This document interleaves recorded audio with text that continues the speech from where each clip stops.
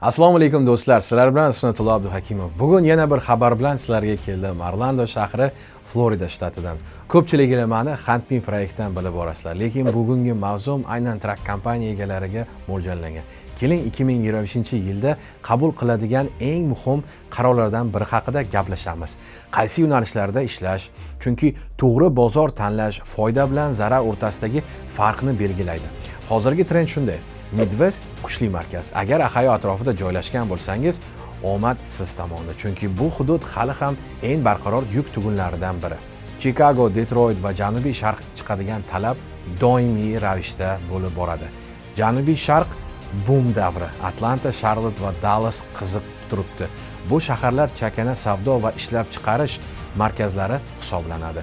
Ular doimiy yuk oqimini ta'minlaydi. Port yuklari, Sharqiy sohil portlari, New York, Savannah, Norfolk, Virginia katta hajmda import qabul qilmoqda. Demak, chiqish yuklari kuchli.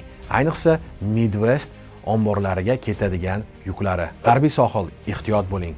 Kaliforniya yaxshi to'laydi, lekin qat'iy emissiya qoidalarining unutmang. Kaliforniyaga kirib kelish ham qiyinroq bo'lishi mumkin. Agar uskunangiz eski bo'lsa, moslik xarajatlarini oldindan hisobga oling. Mavsumiy naqshlar esa Florida va Teksasdagi hosil mavsumida reeferlar baland bo'ladi. Ammo siz moslashsangiz, drive-in yuklariga yuqori tariflarni qo'lga kiritishingiz mumkin. Asosiy kalit muvozanat.